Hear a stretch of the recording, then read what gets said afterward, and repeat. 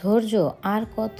এখন যদি কেউ বলে আমাকে ধৈর্য ধরো, তাকে জিজ্ঞেস করতে আমার ভীষণ ইচ্ছে হয় আর কতদিন, ঠিক কত মাস দিন বছর ধৈর্য ধরলে আমি একটু শান্তি পাবো, পাঁচটা স্বাভাবিক মানুষের মতো আমারও একটা সুন্দর জীবন হবে। মাঝে মাঝে চিৎকার করে বলতে ইচ্ছা করে আমিও তো মানুষ, আমারও তো কষ্ট হয়, আমারও তো ব্যথা হয়। এই দুনিয়া এবং দুনিয়ার মানুষ বড্ড নিষ্ঠুর। আর ঠিক কতদিন ধৈর্য ধরলে এই মানুষগুলোর কথার আঘাত থেকে আমি বাঁচতে পারবো। এমন একটা জীবন যেখানে চোখের পানি গোপন করতে হয় না, বুকের ভিতরের জমা কষ্টটা কাউকে বোঝাতে হয় না, প্রতিদিন হাসির ভেতরেও কাঁদি, কথা বলার মাঝেও বুকটা ফেটে যায়, তারপরও চুপচাপ থাকি, কাউকেই আমার চাপা কষ্টটা বুঝতে দেই না। সবাই দেখে আমি বেঁচে আছি, কেউ তো ভেতরে যেয়ে দেখে না যে ভেতরে ভেতরে আমি মরে গেছি। একটা কথা সবসময় মনে রাখবেন, সবাই আপনার আপন, আবার কেউই আপনার আপন না।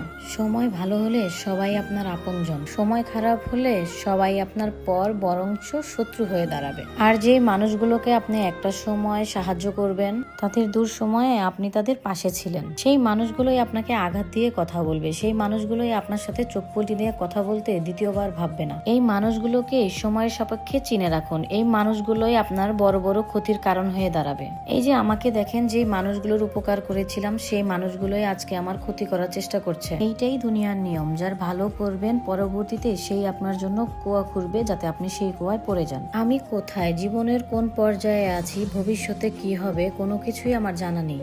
শুধু এইটুকু জানি আমি ভীষণ ক্লান্ত। এই জীবন যুদ্ধে আমি লড়াই করে হাঁপিয়ে উঠেছি।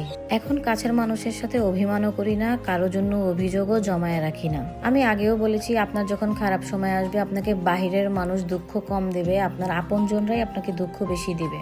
ওই যে কথায় আছে না, আপনের চেয়ে পর ভালো, পরের চেয়ে জঙ্গল ভালো।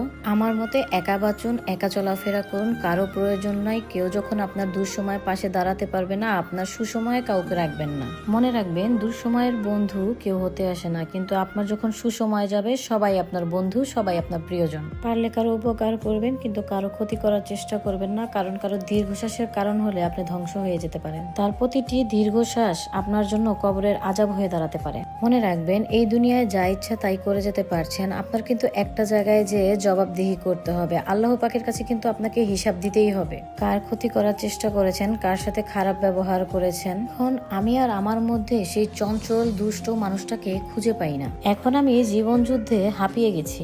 আমি এখন সময়ের কাছে খুব বাজেভাবে হেরে গেছি। এটাই কি আমার নিয়তি ছিল? আমি কি শুধুই এইসব কষ্টের যোগ্য?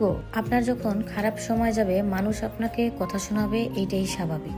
আপনার পরিবারের কেউ আপনাকে খোঁটা দিবে, বন্ধুরা আপনাকে কথা শোনাবে, এসবের পরেও আপনাকে ধৈর্য ধরতে হবে।